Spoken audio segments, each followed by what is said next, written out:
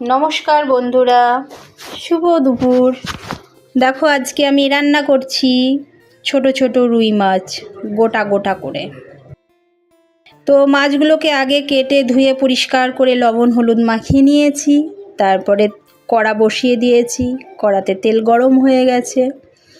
কড়ার তেলের মধ্যে একটু লবণ ছড়িয়ে দিয়েছি আর লবণ হলুদ মাখানো মাছগুলো তেলের মধ্যে আস্তে আস্তে করে দিয়ে দিলাম। তার মধ্যেও একটু লবণটা ছড়িয়ে দিলাম, তেলটা বারবার ছিটকে ছিটকে আসছে।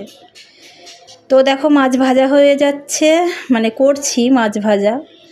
আর পাশে আমি মশলা আগেই দেখিয়েছি, পেঁয়াজ রসুন একসঙ্গে বাটা আছে, জিরে আদা বাটা আছে, লঙ্কা দুটো চিড়ে রেখে দিয়েছি।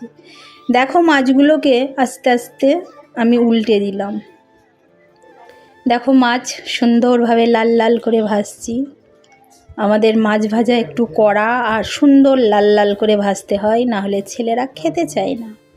দেখো আবার উল্টে দিচ্ছি। আর আলু কেটে ধুয়ে পরিষ্কার করে একটু হালকা সেদ্ধ করে রেখে দিয়েছি। দেখো উল্টে পাল্টে দিচ্ছি। আর একটা কড়াতে তেল গরম করে ওর মধ্যে মাছের আলুটাকে আমি ভেজে নিচ্ছি। দেখো আবার উল্টে দিলাম।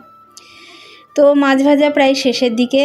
আর আলাদা কড়াতে আমি আলুগুলো সুন্দর করে লাল লাল করে ভেজে নিচ্ছি।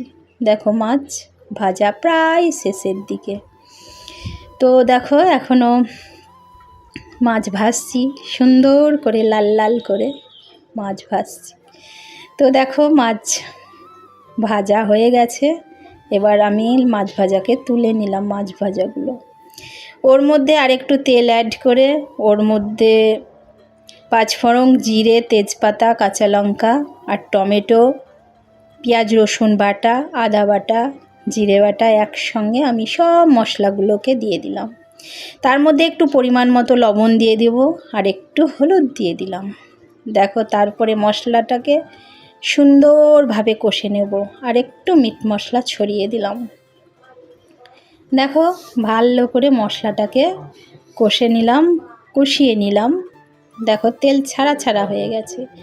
তার মধ্যে আলু ভেজে রাখা আর সুন্দর করে লাল লাল করে ভেজে রাখা মাছগুলো ওই মশলার মধ্যে আলু আর মাছ একসঙ্গে দিয়ে দিলাম। তো একটু নাড়াচাড়া করে দেখো আমি এর মধ্যে এবার জল দিয়ে দিচ্ছি। জল দিয়ে দেবো, দেখো জল দিয়ে দিলাম। তো ঝোলটা বেশি করব না, গা মাখা মতোই করব। তো আর একটু আমি জল দিয়ে দিলাম।